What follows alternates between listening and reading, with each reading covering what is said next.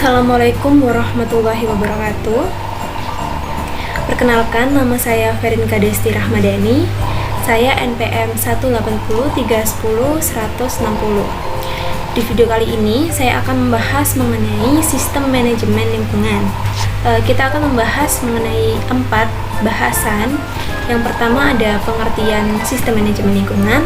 Yang kedua ada landasan hukum dari sistem manajemen lingkungan. Yang ketiga ada manfaat. Yang keempat ada tujuan. Untuk pembahasan yang pertama adalah mengenai pengertian sistem manajemen lingkungan. Nah, sebenarnya apa sih yang dimaksud dengan sistem manajemen lingkungan itu? Nah, sistem manajemen lingkungan atau dalam bahasa Inggris bisa disebut sebagai environmental management system atau biasa kita kenali dengan istilah ISO 14001.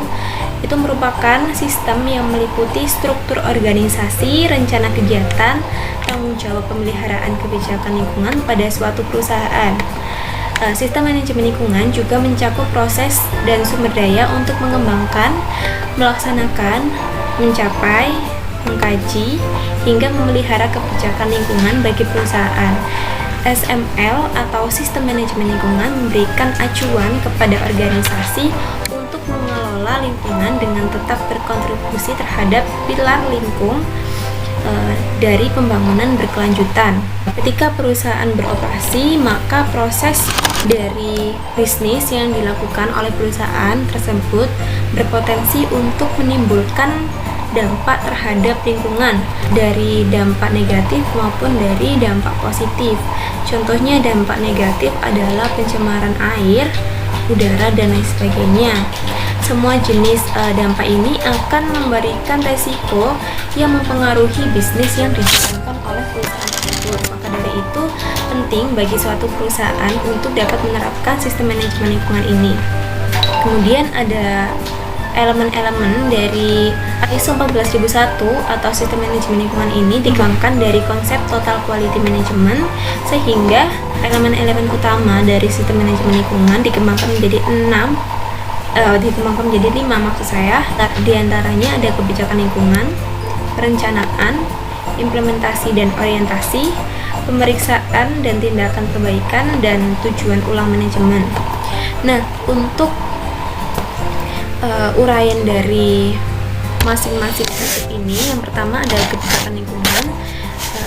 Pada kebijakan lingkungan ini mencangkup atau yang dipelajari adalah komunikasi kepada seluruh karyawan yang tersedia bagi masyarakat dan mencakup komitmen terhadap perbaikan berkelanjutan. Untuk perencanaan mencangkup identifikasi lingkungan dari kegiatan organisasi terhadap persyaratan peraturan adanya program untuk mencapai tujuan dan sasaran dari sistem manajemen lingkungan ini. Untuk yang ketiga ada implementasi dan orientasi yang mencangkup definisi, dokumentasi, dan komunikasi peran serta tanggung jawab dari pelatihan yang diadakan. Untuk yang keempat ada pemeriksaan dan tindakan perbaikan yang mencangkup prosedur secara teratur yang memantau dan mengukur karakteristik dari kunci kegiatan dan operasi yang dijalankan. Untuk yang terakhir ada tinjauan ulang manajemen yang mencangkup kajian sistem manajemen lingkungan secara keseluruhan untuk memastikan keefektivitasan dari sistem yang digunakan. Nah, untuk landasan hukum dari sistem manajemen lingkungan, sistem manajemen lingkungan ini telah ditetapkan menjadi sasaran nasional yang tercantum dalam lampiran peraturan Presiden Republik Indonesia nomor 59 tahun 2017 tentang pelaksanaan pencapaian tujuan pembangunan berkelanjutan. Indikator sasarannya adalah tingkatnya jumlah perusahaan yang menerapkan sertifikasi SNI ISO 14001 hingga tahun 2019. Sasaran tersebut merupakan proksi sasaran 12.6 dari tujuan pembangunan berkelanjutan, yaitu mendorong perusahaan, terutama perusahaan besar dan transnasional, untuk mengadopsi praktek-praktek berkelanjutan dan mengintegrasi informasi berkelanjutan dalam siklus pelaporan mereka. Sasaran 12.6 dari tujuan pembangunan berkelanjutan merupakan bagian dari tujuan global 12, yaitu menjamin pola produksi dan konsumsi yang berkelanjutan.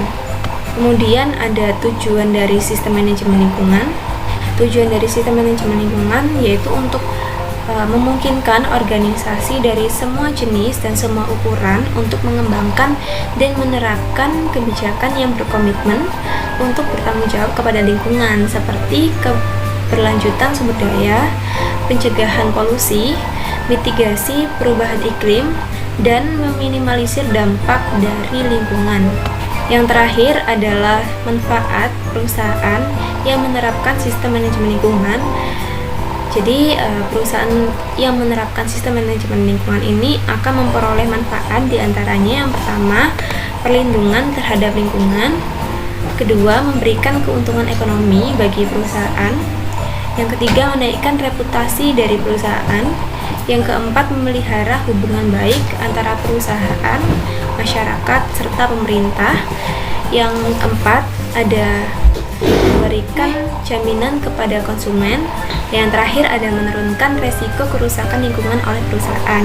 Nah, itu dia penjelasan saya mengenai sistem manajemen lingkungan dari pengertian sampai manfaat. Untuk itu, semoga para perusahaan dapat mengadopsi sistem manajemen lingkungan ini. Itu saja yang bisa saya sampaikan dalam video kali ini. Kurang lebihnya mohon maaf. Wassalamualaikum warahmatullahi wabarakatuh.